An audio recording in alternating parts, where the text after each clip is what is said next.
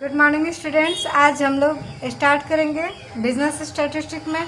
कल अब लोगों ने लेस देन पढ़ा, आज हम लोग मोर देन पढ़ेंगे और दोनों का हम एग्जांपल्स और प्रॉब्लम्स भी आप लोग को सेंड करेंगे। लेस देन और मोर देन। कल हम लोगों ने लेस देन का एग्जाम्पल पढ़ा, आज हम लोग स्टार्ट करेंगे मोर देन। चलिए स्टार्ट करते हैं। एग्जाम्पल लेते हैं आपके बुक से। देखिए दिया है, सवाल लिख लीजिए। From the following distribution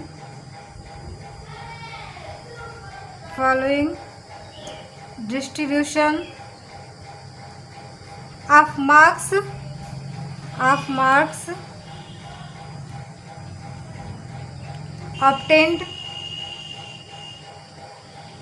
obtained by 50 students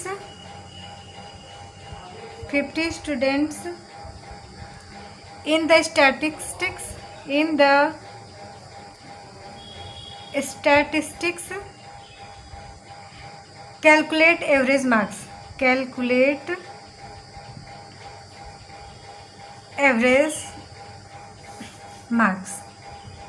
ये आपका बुक का ही सवाल है।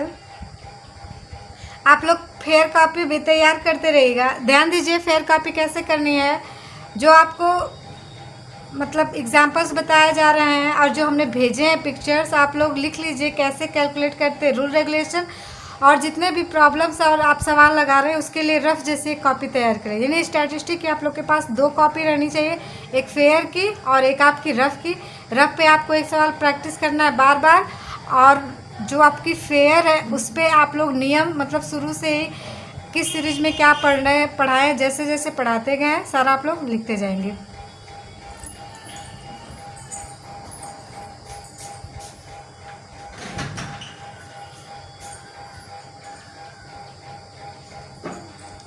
चलिए देखिए, मार्क्स आपके दिए हैं सवाल में। मार्क्स हैं more than more than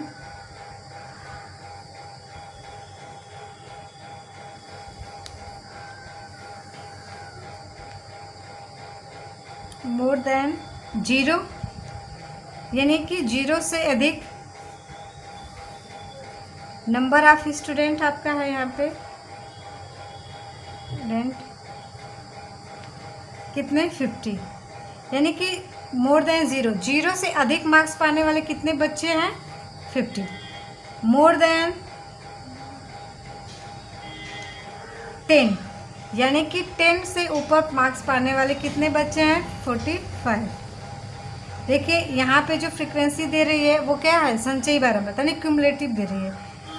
more than 20, यानी कि 20 से अधिक मार्क्स पाने वाले कितने बच्चे हैं 38।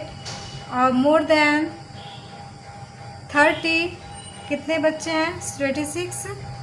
मोर देन 40 कितने बच्चे आपके 10। और मोर देन 50 मतलब 50 मार्क्स से अधिक पाने वाले बच्चे कितने 4। तो यहाँ पे इस कंडीशन में जो फ्रीक्वेंसी है वो क्या है, संचयी बारंबार, मतलब इसमें एक में एक क्या है जुड़ी हुई है। जैसे कि अब एग्जैक्टली यानी यहाँ पे मोर देन यानी 0 से अधिक बच्चों का 50 है, तो ये तो क्लियर नहीं कर रहा है ना कि इतने मार्क्स इतने बच्चे पाए हैं, यानी कि इसमें जो बारंबारता है वो क्या है क्यूमुलेटिव है, संचयी है। अब इसको हम लोग सिंपल फ्रीक्वेंसी में क्या करेंगे, कैलकुलेट करेंगे।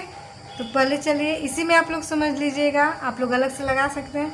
तो पहले हम लोग सीरीज मेंटेन करेंगे, यानी कि क्लास इंटरवल अपना मेंटेन करेंगे। तो ध्यान दीजिए मोर देन 0, देखिए कितने कितने का अंतर है ना। तो 10 का रेंज है, 10 का अंतर है।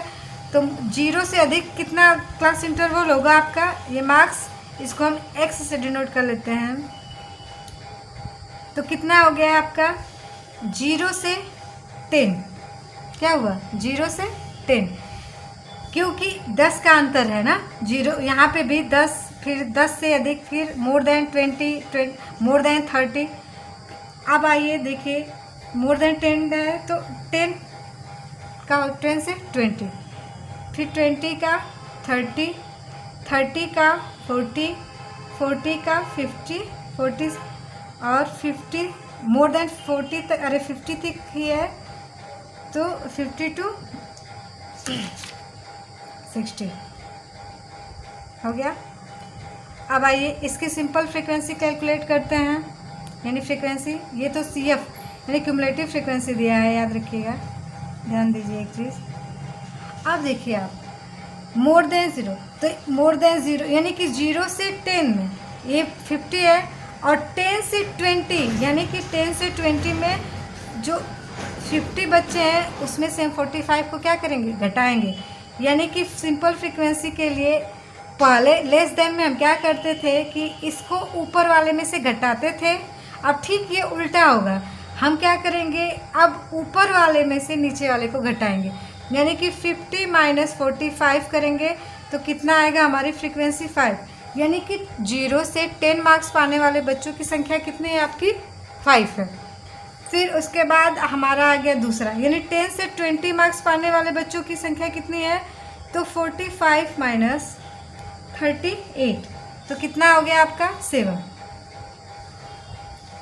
38 माइनस, अब इसको नीचे क्योंकि ये 20 से 30 है, 20 से 30 तो इसमें संचयी बारंबारता में क्या होगी, कुछ इसमें बच्चे होंगे, तो हम 38 में से 26 को क्या करेंगे, घटा देंगे, तो कितना आपके आ जाएंगे 12।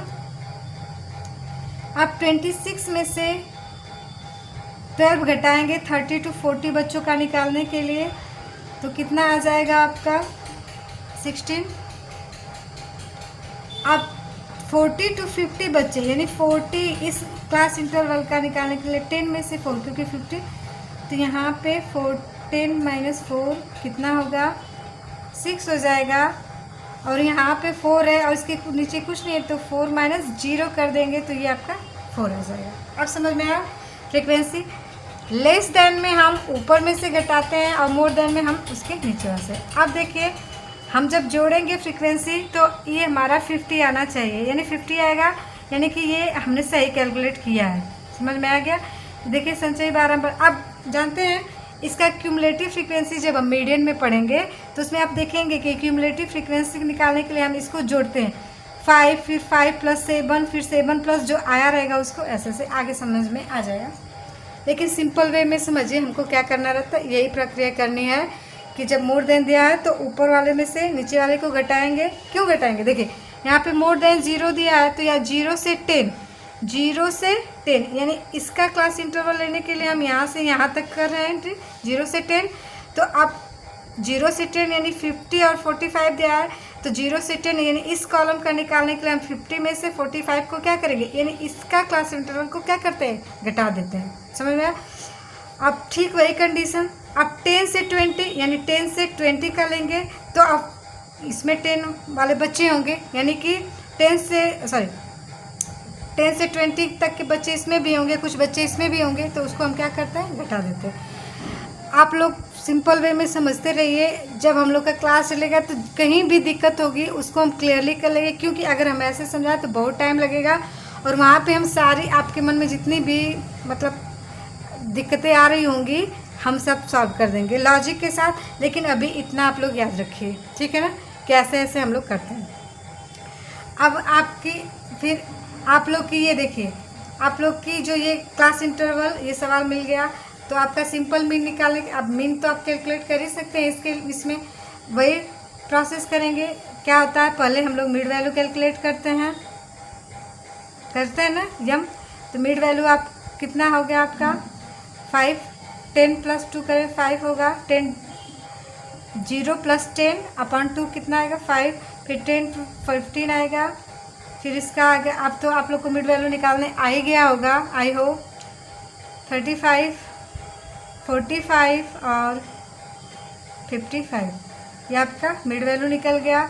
चूँकि क्लास इंटरवल है हम लोग स्टेप डिवीजन से करेंगे, क्योंकि जब सेम जैसे क्या होता है कि इसमें स्टेप डिवीजन इसलिए हम करते हैं कि इसका कैलकुलेशन शॉर्ट हो जाए। अब हम एज्यूम्ड मीन मानेंगे, आप चाहे तो डायरेक्ट मेथड में भी कर सकते हैं, यानी कि ये मिड वैल्यू आ गई तो यहाँ पे सीधे FM कर लीजिए, इसका इससे गुणा कर लीजिए जोड़ के, फिर x बार बराबर इतना जो यहाँ पे आएगा एक्स बार बराबर sigma F M upon N करके भी कैलकुलेट कर सकते हैं, लेकिन हम लोग स्पेशल केस पढ़ रहे हैं इसलिए इसको सॉल्व भी हम स्पेशली करेंगे। अब देखिए हम इसमें से एज्यूम्ड मीन मान लेते हैं, यानी हम कैलकुलेट करेंगे डी बराबर एम माइनस ए। एज्यूम्ड मीन हम मान लेते हैं 25, ए को हम मान लिए, तो हम इसको क्या करेंगे डिविएशन निकालेंगे, यानी कि 25 में से 25 घटाएंगे तो -20, -10, 15 में, फिर 25 में से 20 माइनस करेंगे 0 आएगा, फिर आपका 35 में से 25 करेंगे तो प्लस आएगा 10, प्लस आएगा आपका इसमें 20 और प्लस आएगा आपका 30, हो गया। अब स्टेप डिविजन करने के लिए हम इसमें क्या कर सकते हैं, देखिए अब 20, 10, 0, 10 इसको शॉर्ट कर सकते हैं। तो हम देखिए यहाँ पे थोड़ा कॉलम बच नहीं रहा है, इसलिए आगे बताएंगे, आगे वाला कॉलम ध्यान दीजिए। अब हम निकालेंगे डी डैश, क्या निकालेंगे उसके आगे डी डैश। डी डैश का मतलब होता है एम माइनस ए अपॉन सी, कॉमन फैक्टर से भाग दे देते हैं, यानी कि उसी को हम क्या कर देंगे छोटा कर देंगे। और कॉमन फैक्टर यहाँ पे हम 10 मान लेते हैं, क्योंकि 10 से हम क्या करेंगे मल्टीप्लाई करेंगे तो हमारा शॉर्ट हो जाएगा, 2 आएगा, 1, 0, +1, +2 और +3। यहाँ पे आप अब हम क्या करेंगे, नेक्स्ट कॉलम हमारा आएगा एफ डी डैश आएगा ना। तो अब एफ डी डैश के लिए हम यहाँ पे आपको समझने के लिए एफ लिख ले रहे हैं। एफ हमारी कितनी थी फ्रीक्वेंसी, 5 थी, 7, 12, 16, 6 और 4। अब हम इसके साथ क्या करेंगे गुणा करेंगे, तो ये हो जाएगा -10, -7, 0, +16, 16, फिर +12, अब हमारा यहाँ पे जोड़ेंगे एन, आपका पता ही है कितना है 50, 50। एफ टी डैश कितना हो गया आपका, ये दोनों जोड़ के ये दोनों करके घटाएंगे तो इसका मान प्लस में आएगा, सिग्मा एफ डी डैश बराबर +23 आ गया। फार्मूला क्या है आप लोग का, एक्स बार है ना, ये x bar is equal to a plus sigma F d dash upon n into c या इंटू आई, कुछ बुक में इंटू आई भी रहता है, सी मतलब जो कॉमन फैक्टर था। ए आपने कितना मान रखा था 25 assumed mean, plus F d dash का मान आया आपका 23 अपॉन 50 इंटू 10, हमने इसको कट कर दिया, कैंसिल हो जाएगा। 25 प्लस इसको आप करेंगे 23 में भाग देंगे तो आपका आएगा कितना आएगा 5 5 का 20, 5 6 का 30, कट जाएगा पूरा तो 4.6 यानी कि 29.60 मार्क्स आपके क्या होंगे आएंगे। आई होप आप लोग को समझ में आ गया होगा, पढ़ लीजिएगा। और इसके लिए हम 2 एग्जाम्पल्स और आपके बुक में प्रॉब्लम्स हम देंगे। हाँ, और आप लोगों से हम बोले थे कि आप लोग होमवर्क अपना करके भेजिए, तो कोई नहीं भेजा, कोई सूचना नहीं दे रहे हैं आप लोग। कमेंट नहीं, जैसे व्हाट्सअप पे दीजिए कि मैम हमको ये नहीं समझ में आ रहा है, इसको फिर से बताइए, चाहे कुछ भी ऐसा। आप लोग इतने साइलेंट मोड में हैं कि हमको समझ में नहीं आ रहा कि आप लोग को समझ में आ भी रहा है कि नहीं। चलिए आगे चलते हैं, आगे एक सवाल और देख लेते हैं। थर्ड कंडीशन क्या आ गई आपकी, हम लोग ने पहले पढ़ा क्यूमुलेटिव, और दूसरी कंडीशन थी स्पेशल केस में कि व्हेन मिड वैल्यू गिव, मतलब जब मिड वैल्यू आपकी दी रहेगी। देखिए वो condition, mid value are given, मतलब जब सवाल में मिड वैल्यू दिया रहेगा तब आप कैसे कैलकुलेट करेंगे। तो चलिए इसको करते हैं हम लोग इजी से। देखिए एग्जाम्पल है आप ही के सवाल का example, calculate arithmetic mean, calculate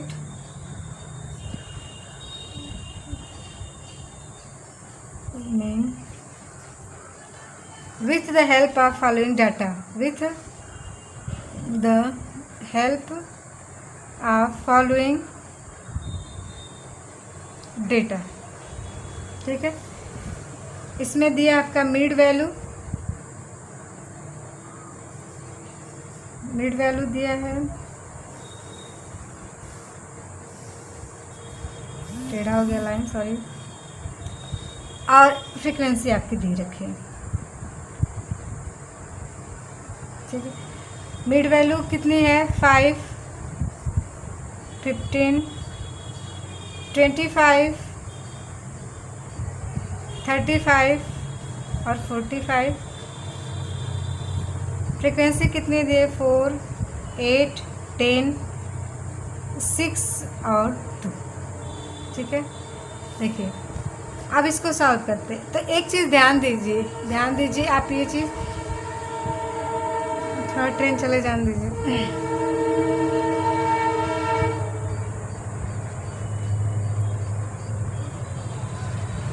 ध्यान दीजिए कि आप ध्यान दिए कि जब हम मीन कैलकुलेट कर रहे हैं इन कॉन्टिन्यूअस सीरीज, यानी कि जब क्लास इंटरवल गिवन है, तो उस कंडीशन में जब मीन कैलकुलेट करें तो हम क्या करें? फर्स्ट स्टेप कर रहे हैं कि क्लास इंटरवल का मिड वैल्यू निकाल रहे हैं। तो आप बताइए कि जब आपका क्लास इंटरवल ना देके मिड वैल्यू दिया रहेगा तो आपको ज़रूरत है कि क्लास इंटरवल में चेंज किया जाए? नहीं, क्योंकि हमको इसी पे क्या करना है? न्यूमेरिकल सॉल्व कर देना है। तो इसलिए इसमें हम कोई चेंज नहीं करते हैं, सिर्फ अर्थमेटिक मीन में। आगे जब हम मीडियन और मोड पढ़ेंगे तो इसको, यानी जो मिड वैल्यू है उसको हम चेंज करेंगे क्लास इंटरवल में। तो जब हम मीडियन पढ़ाएंगे तो आपका जब कैलकुलेशन किया जाएगा तो कैसे चेंज करते हैं मिड वैल्यू को क्लास इंटरवल में, उसको हम बता देंगे। तो जब मिड वैल्यू दिया रहेगा तो आप सिंपली देखिए, बस यही चीज़ वो लिखा है। आप देखिए हम लिख दे रहे हैं सवाल को, मिड वैल्यू यानी कि यम आपका दिया है और एफ दिया है ना, 5, 15, 25, 35, 45 और यहाँ पे आपका फ्रीक्वेंसी भी दे रखा है 4, 8, 10, 6 और 2। आप देखिए जितनी आपको सूचनाएं चाहिए वो अवेलेबल है आपके पास, है ना। क्या करते हैं? फर्स्ट स्टेप हम इसका डी निकालें, यानी कि हम इसको शॉर्टकट मेथड से करें। कोशिश करिएगा कि आप जितना स्पेशल केस का प्रॉब्लम सॉल्व करें उसको आप शॉर्टकट मेथड से ही सॉल्व करें, ठीक है ना। तो हम इसका अब क्या करते हैं, जब ये हमको नंबर ऑफ ऑब्जर्वेशन पता ही है, देखिए डिस्क्रीट सीरीज है ना, 5, 15, 25, 10, 10 करने जा रहा है। तो अब हम क्या कर सकते हैं इसके लिए?